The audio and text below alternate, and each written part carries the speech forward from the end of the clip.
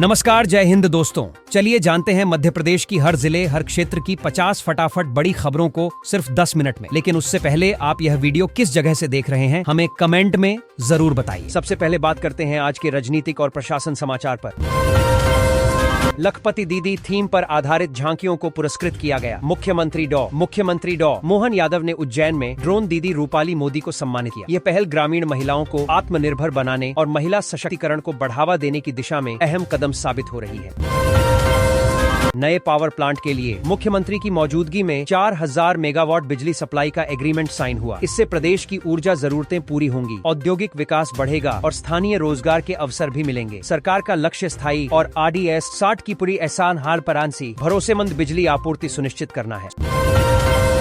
Supreme court की फटकार के बाद सरकार मंत्री विजय शाह के अभियोजन पर कानूनी राय ले रही है। सभी पहलुओं का अध्ययन किया जा रहा है। अंतिम निर्णय वरिष्ठ कानून विशेषज्ञों की सलाह से लिया जाएगा। राजनीतिक हलकों में चर्चा तेज है, जबकि प्रशासन पूरी कानूनी प्रक्रिया का पालन कर रहा है।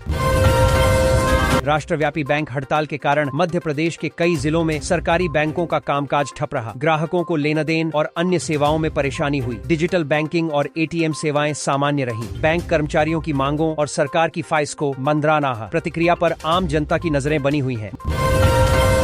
मौसम विभाग ने भोपाल, इंदौर और उज्जैन संभाग में अगले 24 घंटों में गरज चमक के साथ बारिश और ओलावृष्टि की चेतावनी दी। तेज हवाओं के कारण फसलों को नुकसान हो सकता है। प्रशासन ने किसानों और नागरिकों को सतर्क रहने और सुरक्षित उपाय अपनाने की सलाह दी।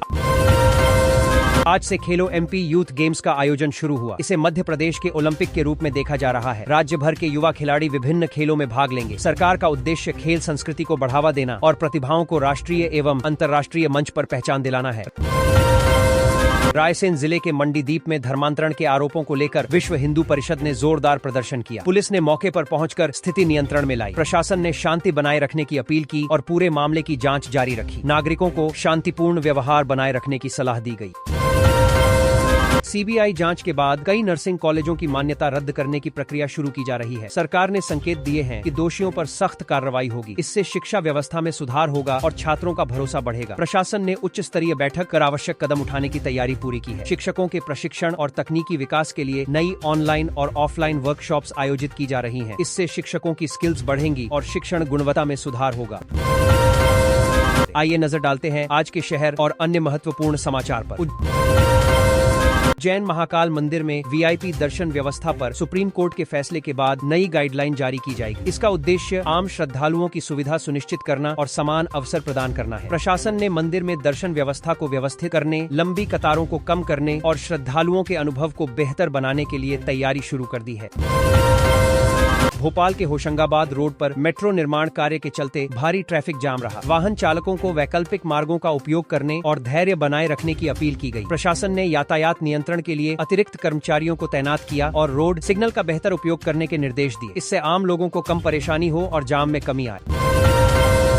ग्वालियर व्यापार मेले में ऑटोमोबाइल सेक्टर के लिए रोड टैक्स पर 50% की छूट लागू कर दी गई। इससे ग्राहकों की संख्या में वृद्धि की उम्मीद जताई जा रही है। व्यापारी और मेले में भाग लेने वाले स्टॉल मालिक इस योजना से संतुष्ट हैं।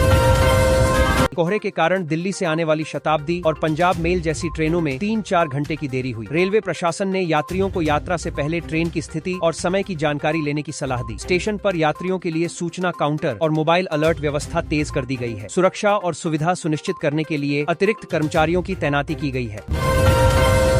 बारिश के बाद इंदौर का एयर क्वालिटी इंडेक्स 150 के नीचे आ गया। इससे प्रदूषण में कमी हुई और स्वास्थ्य विशेषज्ञों ने सांस और एलर्जी से प्रभावित मरीजों को राहत मिलने की उम्मीद जताई। प्रशासन ने लोगों से सलाह दी कि वे भीड़ भाड़ वाले इलाकों में मास्क पहने और प्रदूषण के प्रति सतर्क रहें। वायु गुणवत्ता सुधार की निगरानी लगातार जारी है।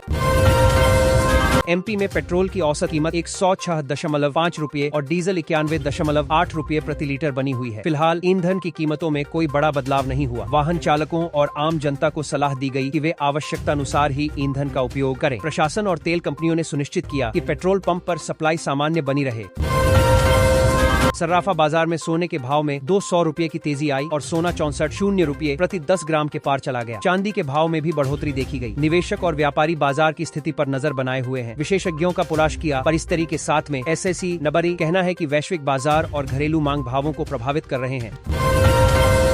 जबलपुर के डुमना एयरपोर्ट के विस्तार कार्य के कारण कुछ उड़ानों के समय में बदलाव किया गया। यात्रियों को नई समय सारणी के अनुसार यात्रा करने की सलाह दी गई है। एयरपोर्ट प्रशासन ने सूचना बोर्ड और डिजिटल अलर्ट के माध्यम से बदलाव की जानकारी उपलब्ध कराई है। यात्रियों की सुविधा और समय पर उड़ानों की सुनिश्चितता के लिए अतिरिक्त व्यवस्था की गई है। चित्रकूट से अमरकंटक तक बनने वाले राम वन गमन पथ के सर्वे का काम तेज कर दिया गया। यह परियोजना धार्मिक पर्यटन को बढ़ावा देने और मार्ग से जुड़े क्षेत्रों के विकास में महत्वपूर्ण साबित होगी। प्रशासन ने कहा कि पर्यटक सुविधा एंड विदा सुरक्षा और रास्ते की सुगमता के लिए जरूरी सभी तैयारी जल्द पूरी कर ली जाएगी। अतिथि शिक्षकों के लिए राज्य सरकार ने ऑनलाइन पोर्टल शुरू किया है। इसके जरिए वे अपनी नियुक्ति, मानदेय और अन्य सुविधाओं की जानकारी सीधे ले सकेंगे। इससे प्रशासनिक प्रक्रिया में पारदर्शिता बढ़ेगी और शिक्षकों की समस्याओं का समाधान तेज होगा। छात्रों और शिक्षकों की सुरक्षा के लिए शीतकालीन स्वास्थ्य दिशा निर्देश जारी किए गए हैं। ठंड में स्कूलों और कॉलेजों में तापमान नियंत्रण, स्वास्थ्य जांच और स्वच्छता व्यवस्था सुनिश्चित की जा रही है। इससे छात्रों और स्टाफ के स्वास्थ्य और सुरक्षा की गारंटी मिलेगी। ऐसी अपडेट के लिए चैनल को सब्सक्राइब करें और वीडियो को शेयर करना ना भूलें। स्कूल और कॉलेजों में डिजिटल शिक्षा को बढ़ावा देने के लिए राज्य सरकार ने नई पहल शुरू की है। छात्रों को ऑनलाइन क्लास, ई बुक्स और डिजिटल प्लेटफॉर्म्स की सुविधा मिलेगी। इससे शिक्षण की गुणवत्ता बढ़ेगी और छात्रों को नई तकनीकों के अनुसार तैयार किया जा सकेगा। मध्य प्रदेश में सरकारी और निजी कॉलेजों में भर्ती प्रक्रिया में पारदर्शिता सुनिश्चित करने के लिए नए दिशा निर्देश लागू किए गए हैं। इससे योग्य छात्रों को समय पर प्रवेश मिलेगा और भ्रष्टाचार की शिकायतें कम होंगी। विभाग ने निरीक्षण और छात्रों के नए दिशा के रिपोर्टिंग व्यवस्था मजबूत की। सबसे पहले बात करते हैं आज के राजनीतिक और प्रशासन समाचार पर।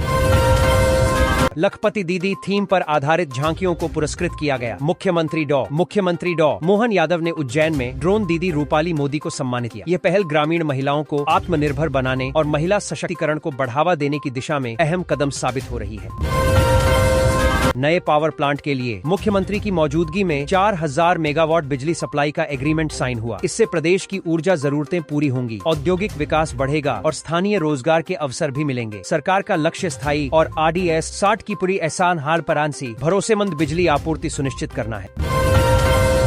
सुप्रीम कोर्ट की फटकार के बाद सरकार मंत्री विजय शाह के अभियोजन पर कानूनी राय ले रही है। सभी पहलुओं का अध्ययन किया जा रहा है। अंतिम निर्णय वरिष्ठ कानून विशेषज्ञों की सलाह से लिया जाएगा। राजनीतिक हलकों में चर्चा तेज है, जबकि प्रशासन पूरी कानूनी प्रक्रिया का पालन कर रहा है। राष्ट्रव्यापी बैंक हड़ताल के कारण मध्य प्रदेश के कई जिलों में सरकारी बैंकों का कामकाज ठप रहा। ग्राहकों को लेन देन और अन्य सेवाओं में परेशानी हुई। डिजिटल बैंकिंग और ATM सेवाएं सामान्य रहीं। बैंक कर्मचारियों की मांगों और सरकार की ख्वाहिश को मंदराना प्रतिक्रिया पर आम जनता की नजरें बनी हुई हैं।